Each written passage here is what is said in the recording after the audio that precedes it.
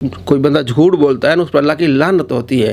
تو لعنت پھر اس طرح لوٹ آتی ہے کہ وہ لعنتی شخص پھر اس کو دماغ اس کا ختم ہو جاتا ہے. وہ یہ نہیں سمجھتا کہ کل میں نے کیا کہا تھا اور آج میں کیا کہہ رہا ہوں. بالکل. اب ایک مثال میں آپ کو دوں. یہ کہتا ہے کہ میرا ریسرچ پیپر جو ہے نا وہ یہ مین اسٹریم کتابوں سے میں نے کتابیں ان سے میں نے یہ ریسرچ پیپر بنایا ہے. ان میں سے مصنف ابن ابی شیبہ بھی ہے, فضائل صحابہ بھی ہے, امام احمد بن حنبل کی سیاست بھی سارا کچھ ہے. ٹھیک ہے جی. اب جب یہ پکڑا گیا کہ جب یہ حضرت خالد بن ولید رضی اللہ تعالیٰ عنہ نے جو بسم اللہ پڑھ کے زہر پیا تھا, کہتے کسی کتاب میں موجود نہیں ہے جی. جب اس کو بتایا گیا کہ فضائل صحابہ میں موجود ہے اور مصنف ابن ابی شیبہ میں موجود ہے, تو ان کتابوں کی توہین کرنے لگا. کہتا ہے یہ کتابیں تو سیاہ ستہ میں انہوں نے جگہ ہی نہیں پائی, یہ تو باہر بیٹھی ہوئی ہیں. پہلے کہتا کہ مین اسٹریم کی کتابیں, اب کہتا یہ باہر بیٹھی ہوئی ہیں. کربلا کا حقیقی پس منظر 72 صحیح الاسناد احادیث کی روشنی میں, جس میں میں نے کل اہل سنت کی مین اسٹریم کی کتابوں سے 200 احادیث جمع کی ہیں. اب اس طرح کی بھونگیاں مار کے ان کتابوں کو توہین کرا. اپنی بات کو ثابت کرنا ہو تو کوئی کسی بھی کتاب سے موقف لے لے گا, اس کو بھی اس کی فضیلت بیان کرے گا. فضیلت بیان کرے گا, کہے گا یہ مین اسٹریم کی کتاب ہے. کیا ہے؟ مین اسٹریم کی کتاب ہے اہل سنت کی. اچھا ایک اور بات میں آپ کو بتاتا ہوں. وفاء الوفا کتاب ہے جی, علامہ سمہودی کی. کتاب کا نام کیا ہے؟ وفاء الوفا, جس میں مدینے کی تاریخ کو بیان کیا گیا ہے. اچھا 6 سال پہلے اس نے کئی ویڈیوز بنائی جو ایک وفاء الوفا میں ایک واقعہ ہے, اور علامہ سمہودی کو اس نے بدتمیزی سے کہا ہے. یہ تو سمہودی نے لکھا ہے نا, بغیر سند کے لکھا ہے. وہ واقعہ یہ تھا نور الدین زنگی والا جی, جس میں ایک شخص کو خواب آتی ہے, نور الدین زنگی کو خواب آتی ہے کہ نبی صلی اللہ تعالیٰ علیہ وآلہ وسلم فرماتے ہیں کہ 2 بندے مجھے تنگ کر رہے ہیں, دوسری رات بھی تیسری رات بھی. پھر وہ آتے ہیں اور مدینے میں آتے ہیں, پھر لوگوں کی ساری وہ 2 بندے بھی دکھائے گئے جی, وہ تفصیل کے ساتھ ذکر ہے.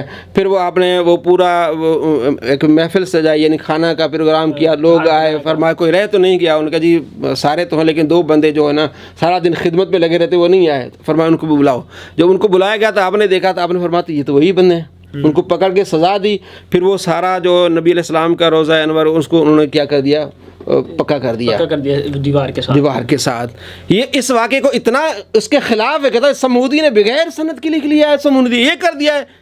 اچھا یہ اب کیا کہتا ہے؟ کہتا ہے یار وہ ایک کتاب ہے علامہ سمہودی کی وفاء الوفا, اس میں لکھا ہوا ہے کہ یہ جو روزہ ہے نا, روزہ رسول پر یہ جو گرین جو ہے قبہ کب رکھا گیا, وہ بڑی پیاری کتاب ہے.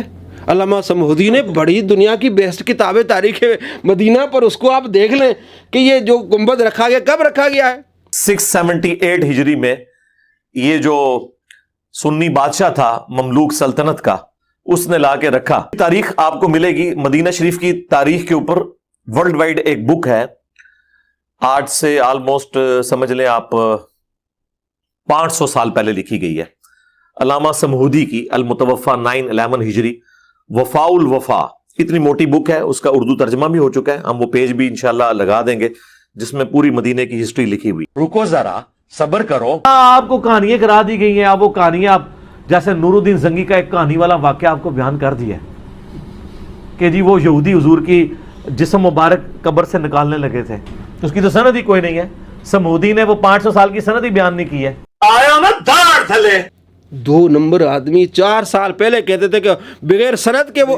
اچھا اس کتاب میں علامہ سمہودی نے کسی واقعے کی سند بیان نہیں کی, اس واقعی بھی سند بیان نہیں کی, نہ اس واقعی کی سند بیان کی ہے. تو وہ واقعہ خراب ہے, من گڑھت ہے, اور یہ جناب ٹھیک ہے. جس سے اپنا موقف ثابت کرنا ہو وہ اس کے لیے بالکل ٹھیک ہے, وہ پھر علامہ اجل ہے. علامہ اجل ہے. یہ 2 نمبر ہے جو آپ غور سے دیکھیں گے. ایک اور چیز میں آپ کو بتاؤں, باتوں سے بات نکل رہی ہے. جو مولانا مفتی آئے تھے نا طارق مسعود صاحب, اچھا اس پر اس کا مناظرہ کس چیز پر تھا؟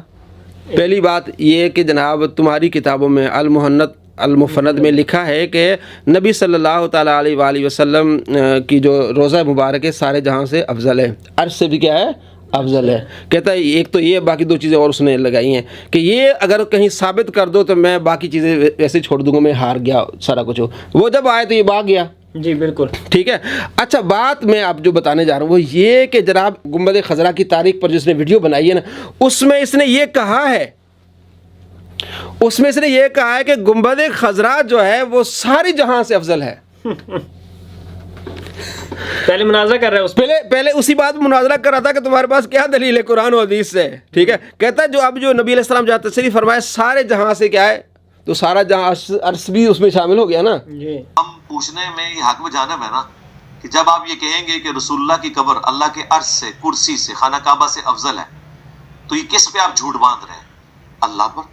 اور آپ نبی علیہ السلام کے بارے میں ایک کلیم کر رہے ہیں کہ ان کی قبر مبارک اس سے افضل ہے. نہ یہ کوئی آیت تھی نہ حدیث تھی, یہ اللہ پہ بھی جھوٹ, اس کے رسول پہ بھی جھوٹ.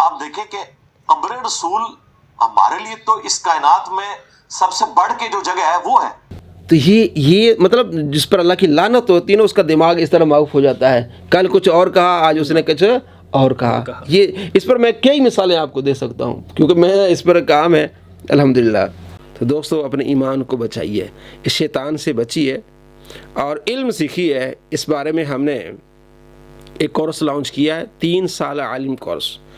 آپ ہفتے میں 4 دن وہ کلاس ہوگی, منگل تا جمعہ شام 4 سے 5 بجے 1 گھنٹے کی کلاس ہوگی. پھر ہفتے کو آپ کا آن لائن ٹیسٹ ہوگا جو آپ نے 4 دن میں پڑھا ہے تاکہ آپ کی ریوائز ہو جائے. 3 سال کا کورس ہے. اس میں آپ اس کو ضرور اس میں شامل ہوں تاکہ ایسے شیطانوں کو آپ پہچانیں. انشاءاللہ 3 سال کے بعد آپ ایک عالم بن جائیں گے, آپ کے پاس بہت بڑا علم ہوگا.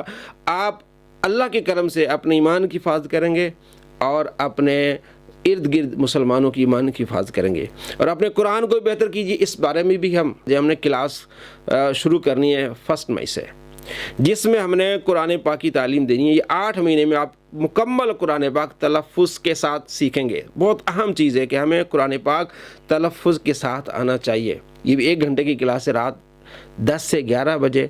اس نمبر پر ہم سے رابطہ کیجئے. ماہانہ فیس کی 2000 ہے. تو اس میں ضرور شامل ہونا چاہیے کیونکہ ہم نے سب سے پہلے قرآن کو صحیح پڑھنا ہے, علم سیکھنا ہے اور علم سیکھ کے آگے علم کو بڑھانا ہے. اپنے ایمان کی حفاظت کرنی ہے, مسلمانوں کے ایمان اور عقیدے کی حفاظت کرنی ہے. اللہ کریم عمل کی توفیق نصیب فرمائے. السلام علیکم ورحمۃ اللہ وبرکاتہ.